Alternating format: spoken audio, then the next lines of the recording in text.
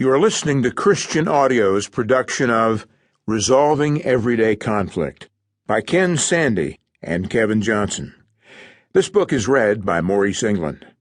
This audio recording was produced in 2011 by Christian Audio, which owns the copyright. No portion of this recording may be reproduced for any reason without prior written consent from Christian Audio. This edition issued by contractual arrangement with Baker Books. Originally published by Baker Books in English as Resolving Everyday Conflict, copyright 2011, Peacemaker Ministries. All rights reserved. Please visit ChristianAudio.com, Facebook.com/Christian Audio, or Twitter.com/Christian Audio to offer your impressions of this work and to explore additional titles. Introduction. Welcome. Since you picked up this book, there's a good chance you're experiencing some conflict in your life. Welcome to the club. Conflict is a normal part of life. As long as you live around other people, you're going to find your opinions and actions bumping up against someone else's.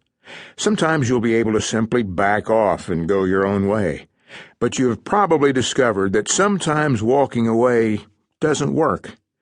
Many relationships are too important to walk away from.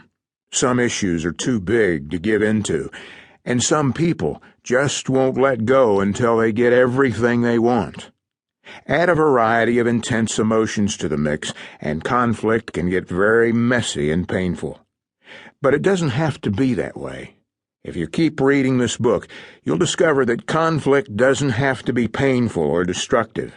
As you learn God's way of resolving conflict, you can approach conflict as an opportunity to make relationships closer and stronger, to find solutions that are fair for everyone, and best of all, to please and honor God. Please and honor God? I'll bet that isn't the first thing you think of when conflict strikes. Well, it wasn't for me either. For the first 25 years of my life, my chief goal in conflict was to please and honor myself and get what I wanted. God was not in the picture. As a result, when I encountered conflict, I either walked over others or simply gave up on difficult relationships. But while I was working as an engineer in the medical field, Jesus came into my life in a personal and powerful way. He began to change me in ways that turned my priorities upside down. He also gave me new insights and skills for dealing with difficult people. As a result, I became a more productive employee and was promoted. My friends told me I was a lot easier to be around. God continued to transform me into a peacemaker during law school and my early days as an attorney. In one conflict after another, some of which had been tied up in court for years, God was working through me to bring peace in seemingly impossible situations. I found peacemaking to be so rewarding that I became a full-time Christian conciliator in 1982.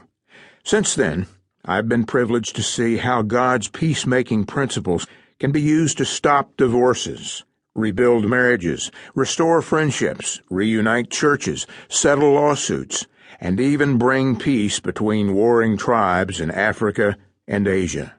Seriously, if you want to learn how to apply these principles in your life, keep reading this book.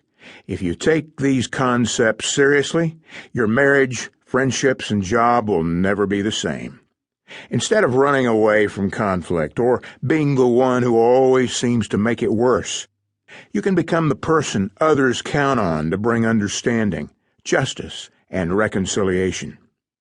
If you find the principles in this book helpful and want to dig deeper on specific peacemaking issues, read my book, The Peacemaker, A Biblical Guide to Resolving Personal Conflict, which has been translated into 11 languages and is being used around the world to teach Christians how to resolve conflict. For more information on Peacemaker Ministries resources, testimonies, training, or services, visit www.peacemaker.net. May God transform you more and more into a peacemaker and use you to bring peace into the lives of those around you.